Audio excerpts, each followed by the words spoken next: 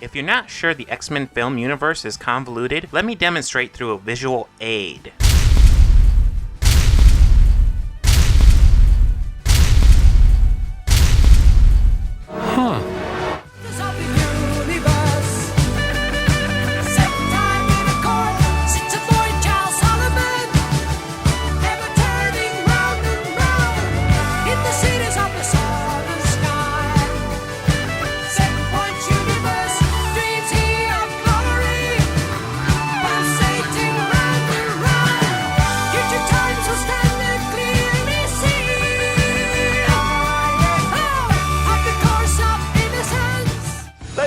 Boys and girls, this is a code red situation. We are evacuating the entire floor so that we, my associate and I, can secure the prison. Who are you? We are Special Operations CBFECID.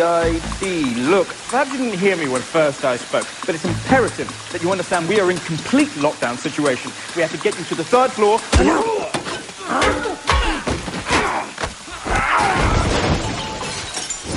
Conversation anyway. There is a reason why I call my reviews of recently viewed movies knee-jerk reactions. It's because frequently, my opinion of a movie will change with repeat viewings. Granted, it doesn't usually change a huge amount at all. I can't remember ever going from really liking a movie to hating it. Worst that'll happen is I may borderline like a movie, and then watch it again, then borderline dislike it. It's never a huge change, but a change does sometimes occur. This is because of many factors. I may be in a different state of mind, or perhaps it's as simple as a movie working better in a theater than it does on the small screen. I saw X-Men Days of Future Past in the theater and fucking loved it. I did notice flaws, but as I do these reviews more and more, it becomes harder and harder not to watch movies and not see flaws. Hell, even when I'm watching a movie that I have no plans on reviewing, I'll find myself noting stuff that'll work well in a review. What does all this mean for Days of Future Past? Well, I noticed more flaws in this movie on repeat viewings and was more bothered by the ones I noticed before. Fortunately, my opinion settled, and it only went from being a movie I fucking loved to a movie I fucking liked a lot. Well, what are the flaws I speak of? Let me go through them in the increasingly misnamed top 5 list.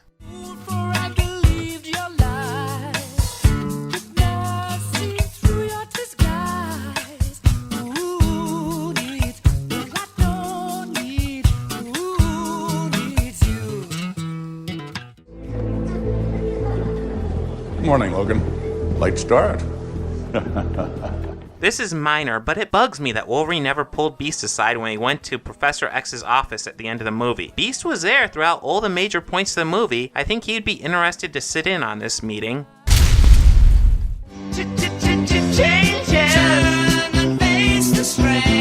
Changes. It's gonna have to be a different man. Time may change me, but I can't trace time. This is weird. They act like Mystique's power is the key because with her genes, the Sentinels can copy other mutants' powers. Imagine Sentinels that could transform, adapt to any target. If I could just get my hands on her. This girl could leap the program forward years, decades into the future. But Mystique can't copy powers. She can only copy physical appearance. And I'm not just comparing comics to movies. Within the X-Men film universe, it has been established that Mystique only copies the appearance of others. Remember in the first movie when she's able to copy Wolverine's claws? Remember when Wolverine cuts him in half?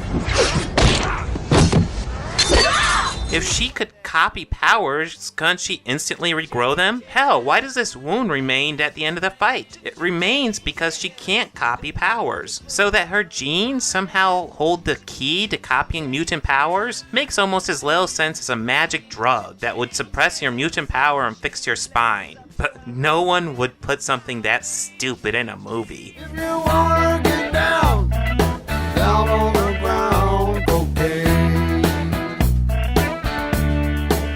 She don't lie, she don't lie, she don't lie. Cocaine. He retreated into himself. I wanted to help do something, so I designed the serum to treat his spine. You know, derived from the same formula that helps me control my mutation. Anyone want to explain how a drug designed to suppress mutant powers can repair a person's spine? That is insane. I also don't understand how the mansion is in disrepair. This drug should be bringing Beast tons of money. Normal humans with spinal injuries won't care if it suppressed a mutant power they don't have. He should market that shit. Keeping it from people is just rude and selfish. It really seems like something that should be researched. Why does it repair your spine? And is this something that can be separated from the power suppression part? I do understand that this whole drug exists just so we can have a Professor X on drug storyline, but there's a lot of unanswered questions with this drug that really should be addressed. Kinda grabs you by the boo-boo, don't it? SOS to the world. I hope that someone gets mine. I hope that someone gets mine. I hope that someone gets my message in a bottle, yeah. It's great having Hugh Jackman back in a major role in an X-Men movie, and he was very useful in this one. Remember that great scene where they need to stop Magneto from killing Mystique, and Wolverine decides to curl up on the floor and have a freak out?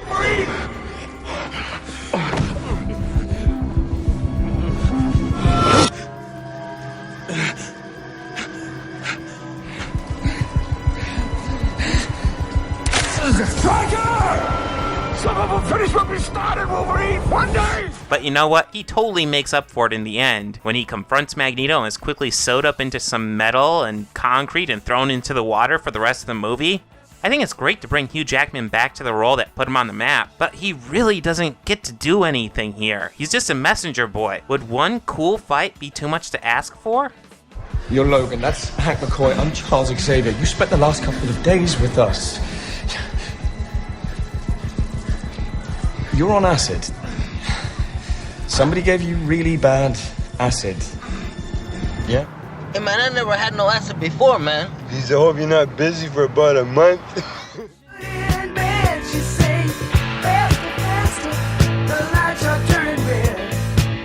Life in the fast lane, surely make you lose your mind. Life in the fast lane.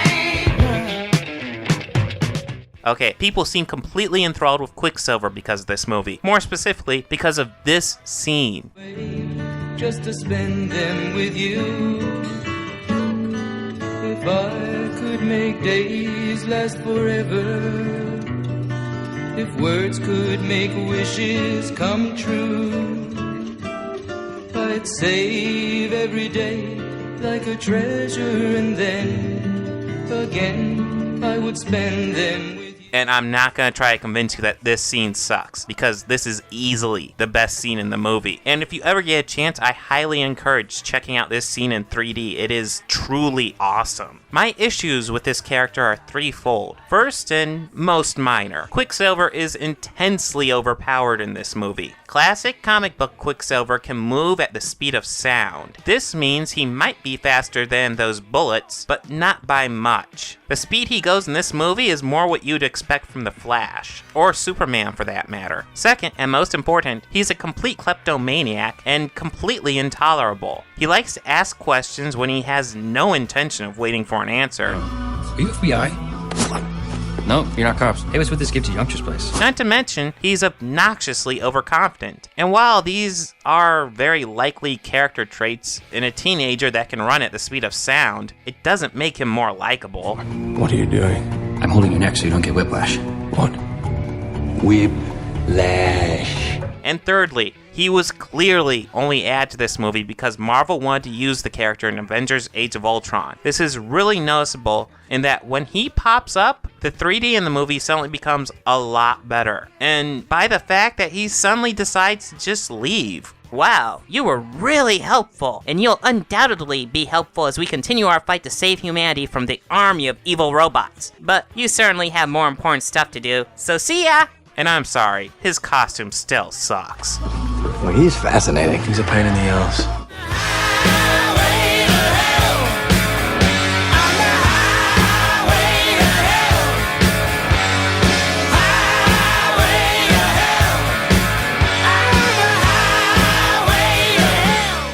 Angel, Azazel, Emma, Banshee, mutant brothers and sisters, all dead. X-Men First Class introduced a lot of mutants I'd never heard of before. Now, I'm not going to claim an intimate knowledge of every mutant in the Marvel comic universe, but I suspect most, if not all, the characters I didn't recognize were created strictly for the movie. The characters I recognized in First Class were Professor X and Magneto, of course, Beast, Mystique, White Queen, Moira McTaggart, Havoc, Sebastian Shaw, and Banshee. Banshee and White Queen are both pretty famous and popular X-Men. Banshee had a fairly long-running relationship with Moira, and was the co-founder of Generation X with White Queen. Generation X was one of the more successful X-Men spin-offs from a time in the 90s when X-Men spin-offs were a dime a dozen. Also, White Queen is a major X-Man throughout many incarnations of the team, including Joss Whedon's awesome run. Point is, to casually kill off major X-Men who you barely used in just one movie is complete bullshit. I understand. People might not be thrilled with the actor's performance in their roles. Pathetic. But they easily could have been recast. Days of the Future Past takes place about 11 years after First Class. And X-Men Apocalypse will take place nearly 20 years after First Class. That big a time shift, I would argue that recasting would seem reasonable. However, killing these major comic book players off screen just feels so cheap and lazy.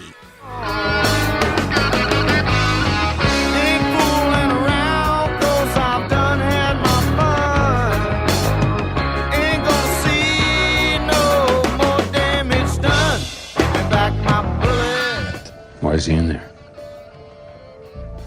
What he forgot to mention? JFK. He killed... What else explains a bullet miraculously curving through the air? Eric's always had a way with guns. When they first mentioned Magneto being part of the JFK assassination, I honestly thought it was just a quick joke. But they keep bringing it up. He was also implicated in Kennedy's assassination. And even say the most ridiculous thing by trying to say that Magneto was trying to save JFK? I didn't kill the president. The bullet curved, Eric, because I was trying to save him. Seriously? The dude can do all of this shit with his powers without breaking a sweat, but now they're telling me he had some sort of off day with Kennedy? His goal was to save him, but instead he had the bullet tear through his body and other people's bodies all over the place. Really? They want to go with that. This movie shows us how good he is with a bullet specifically, so why the hell was he so sloppy with Kennedy? This movie is making me introduce a new segment I never thought I would introduce in this show. So now a single bullet remains. A single bullet now has to account for the remaining 7 wounds in Kennedy and Conley. The magic bullet enters the president's back, headed downward at an angle of 17 degrees. It then moves upward in order to leave Kennedy's body from the front of his neck, wound number 2, where it waits 1.6 seconds, presumably in midair, where it turns right, then left, right, then left, and continues into Conley's body at the rear of his right armpit, wound number 3. The bullet then heads downward at an angle of 27 degrees, shattering Conley's 5th rib and exiting from the right side of his chest, wound number 4. The bullet then turns right and re-enters Conley's body at his right wrist, wound number 5. Shattering the radius bone, the bullet then exits Conley's wrist, wound number 6, makes a dramatic U-turn, and buries itself into Conley's left thigh, wound number 7, from which it later falls out and is found in almost pristine condition on a stretcher in a corridor of Parkland Hospital.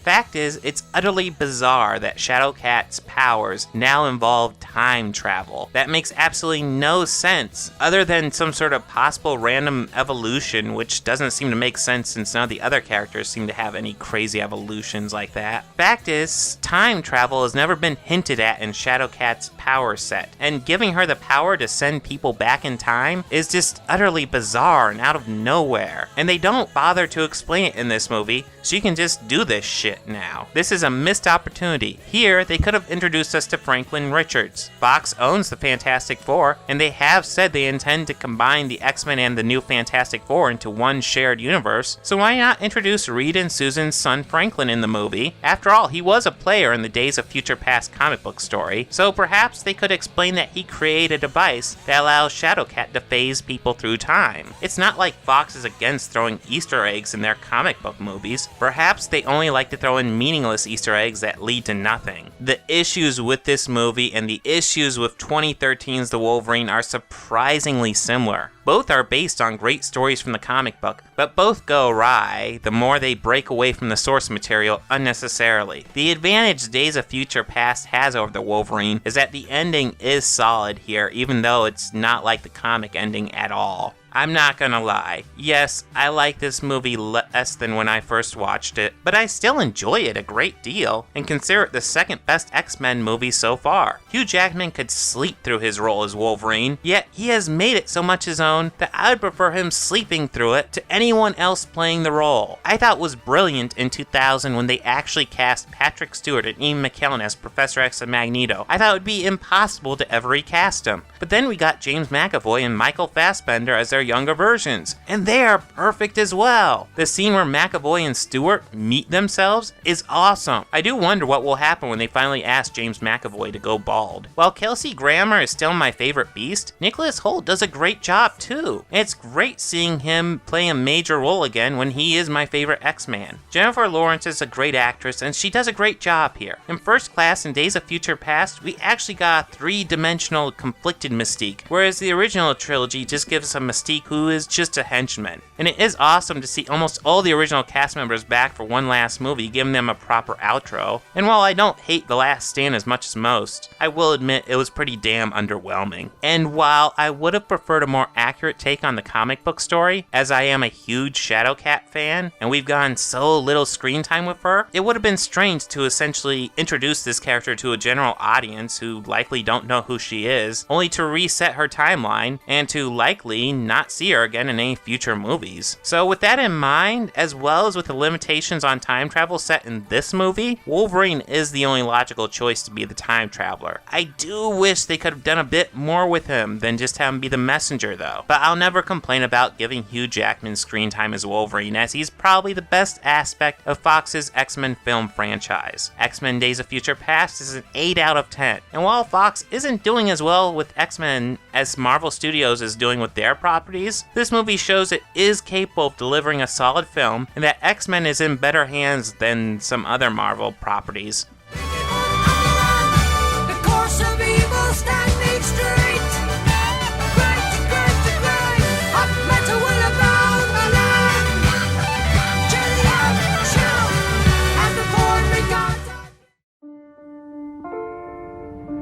So this is just an interview for the newspaper.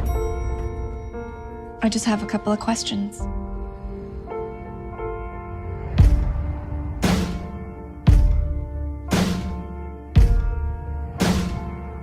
What was he like? He was polite, intense, smart, really intimidating. Do you have any interests outside of work? What about you? I'd like to know more about you. There's really not much to know about me. Look at me. I am.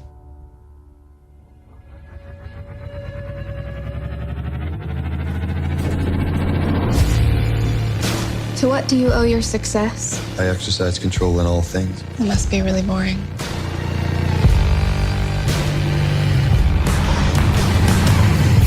Got me looking so crazy right now. Your love's got me looking so crazy right now. I'm incapable of leaving you alone. Then don't. I had a rough start in life. You should steer clear of me.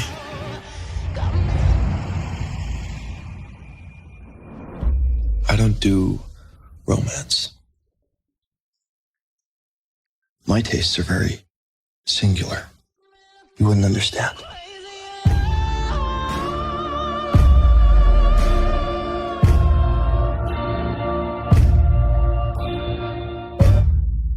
Enlighten me then.